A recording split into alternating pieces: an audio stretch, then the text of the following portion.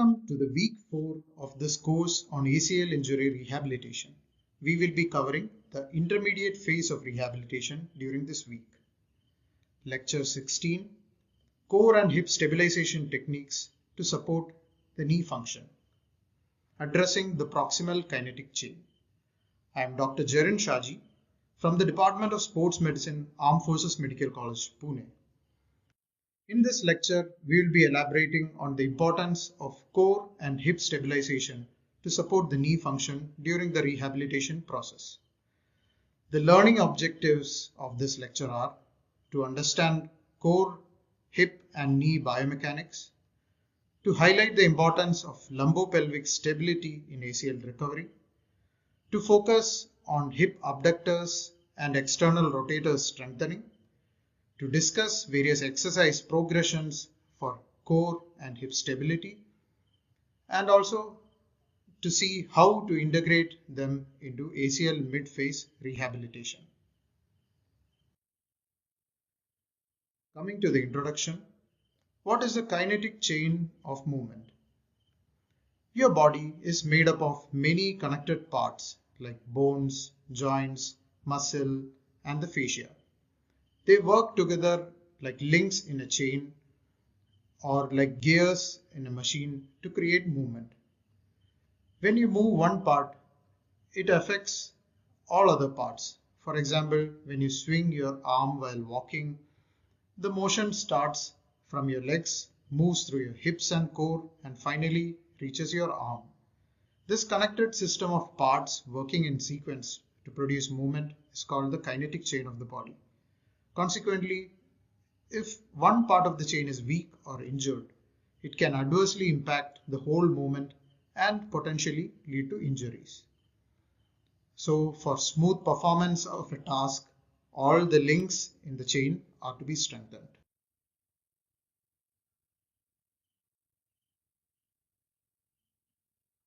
What do you mean by the core of your body? The core of your body is a dynamic structure which consists of group of muscles in the middle of your body that help to support and stabilize the spine and pelvis.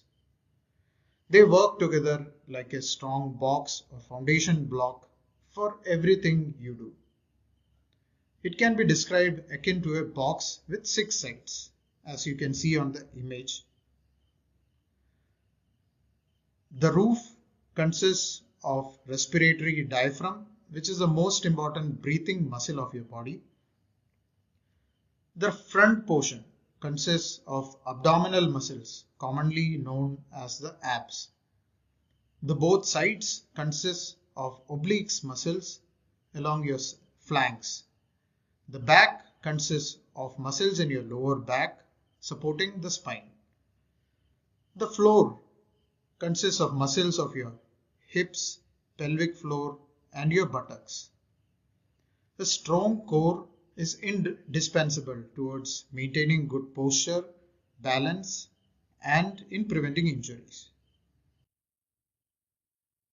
What is the role of hip stability after ACL reconstruction?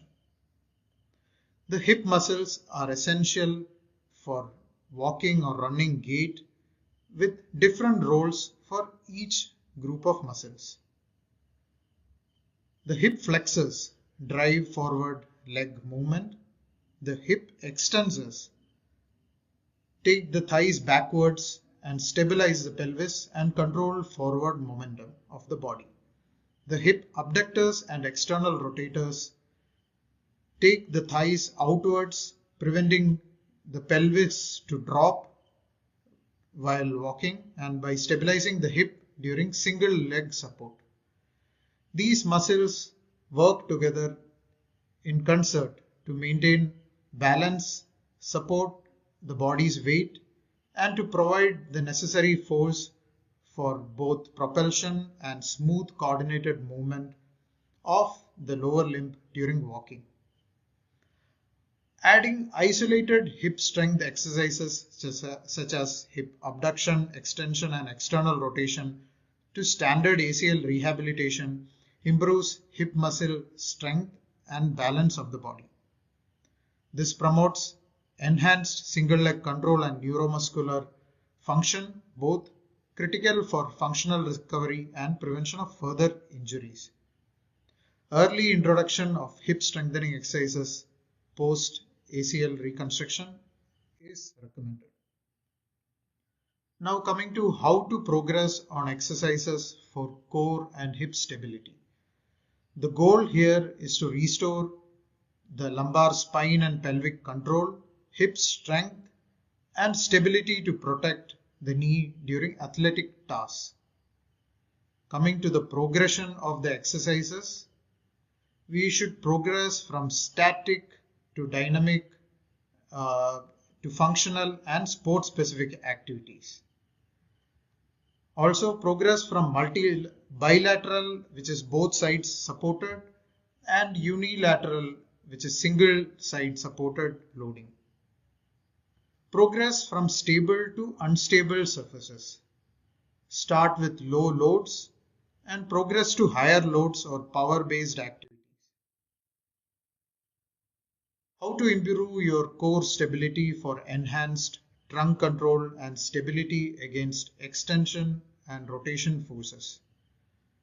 These exercises ultimately restore lumbar and pelvic stability to reduce stress on the healing ACL graft.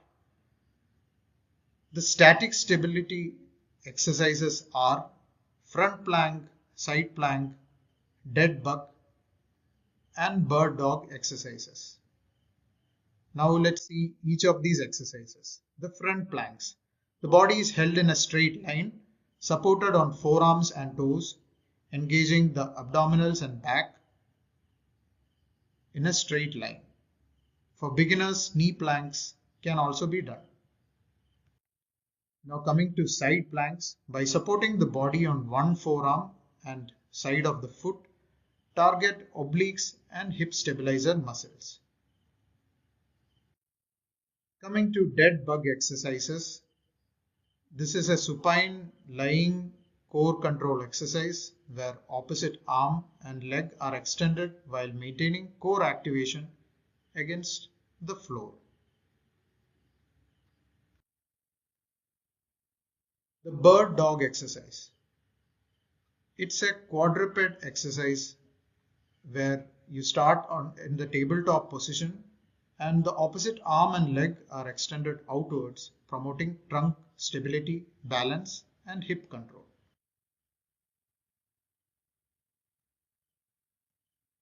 Let's progress with core exercises for rotational stability to reduce stress on the ACL. These anti-rotational stability exercises are Pallof press and rotational Pallof press. Coming to Pallof press. It is an anti-rotation core exercise where the individual presses a side pulling resistance band or a cable straight forward from the chest and resisting rotational pull. Coming to the rotational Pallof press. It's a dynamic variation where the person rotates the torso and arms against the band or the cable resistance, training for controlled trunk rotation and stability. How to strengthen the hip extensors, which consists of gluteus and hamstring muscles. The goal is to improve posterior kinetic chain strength to reduce anterior tibial shear forces on the healing ACL graft. We shall progress from static, which is at rest or stable position, to dynamic in movement and towards functional exercises. The static exercises are supine glute bridge with resistance band around knees. The dynamic exercises are hip thrust and hip thrust march. Coming to supine glute bridge. It is performed while lying on the back with knees bent, lifting the hips upwards to activate the gluteus and posterior chain muscles.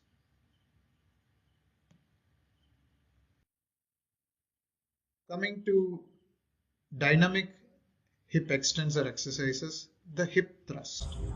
1, It is a 2, glute dominant exercise where the upper 3, back rests on a bench and hips 4, are driven upwards against body weight, 5.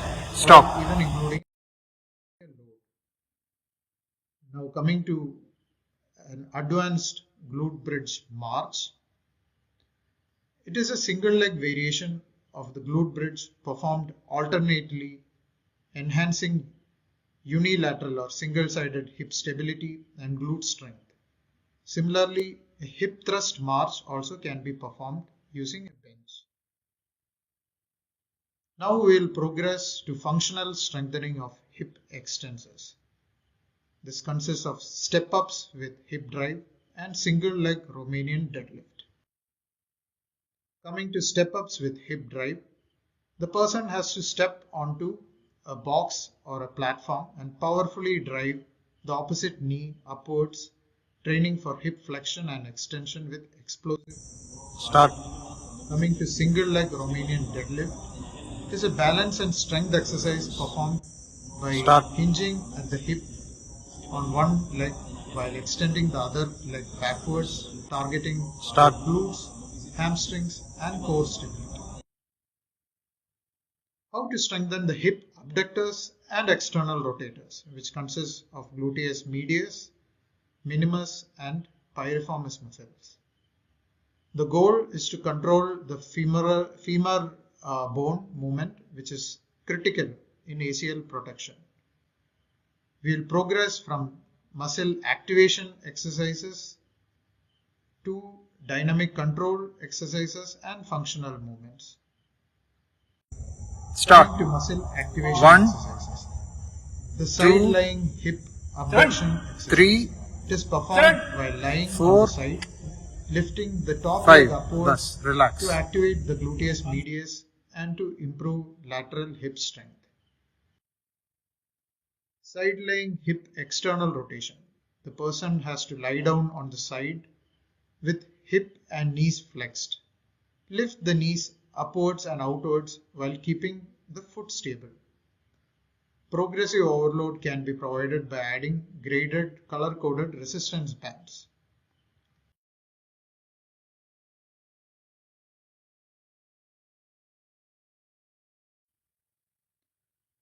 Now for dynamic control, perform lateral band walks and monster walks. The lateral band walk is a resistance band exercise performed in semi-squat position, stepping sideways to strengthen gluteus medius and external rotators. The monster walk is a band resisted diagonal stepping drill forwards or backwards that trains the hip abductors and external rotators during functional movement patterns. Coming to advanced hip abductor and external rotator strengthening exercises, which helps in further improvement such as chair squats and Bulgarian split squats. Coming to squat to chair exercise, it is a controlled squat performed to a chair or a box targeting the hip abductors, gluteus and the quadriceps muscles. You may progress from both legs to single leg. Coming to the Bulgarian split squat. The split squat with rear foot elevated and kept on a bench or a cot and lowering the body to squat position. This trains your abductors and external rotator muscles. Take note of these points while integrating these exercises into the ACL mid-phase rehabilitation. The exercises are to be done in repetitions starting with about 5 to 10 repetitions and in sets of 2 to 3 at a time and up to 3 to 4 times in a week. Always ensure neutral spine and pelvis alignment.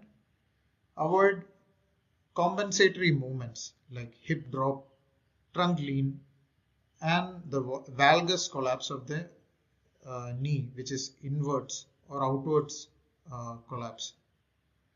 Integrate visual feedback using a mirror, video, or app-based techniques to enhance motor learning. The progression is criteria-based and not time-based. Therefore, the individual must demonstrate control and stability before advancing further. Let's summarize the role of core and hip stability post ACLR. Core stability significantly impacts the outcomes after ACL reconstruction by improving functional recovery, by improved neuromuscular function. It has been found that 8 weeks of simple core stability training has shown to increase core muscle endurance, hip abductor and external rotator strength, to optimize knee movements, especially during dynamic tasks like single leg landing. Reduced re-injury risk. Deficits in core stability are linked to abnormal lower limb movement patterns, especially increased knee inwards angle or valgus angle, which is identified risk factor for both primary, that is first time, and secondary or repeated ACL injuries. Core stability exercises help control lower limb movement patterns, lowering re-injury risk after ACLR. Gait and balance improvements. Core stability training also results in improved walking or running gait patterns, body balance, and overall coordination in ACL patients, contributing to better outcomes and daily function. Integration into rehabilitation. It is recommended that core stability exercises be incorporated into both post-operative rehabilitation and ongoing warm-up routines, even after the athletes return to play. These exercises are time efficient and practical for regular use. The take-home messages are: early introduction of core and hip strengthening exercises during ACL rehabilitation leads to better dynamic balance and better functional outcomes to reduce re-injury. These are my references. Thank you very much. Jai Hind. Jai Hind.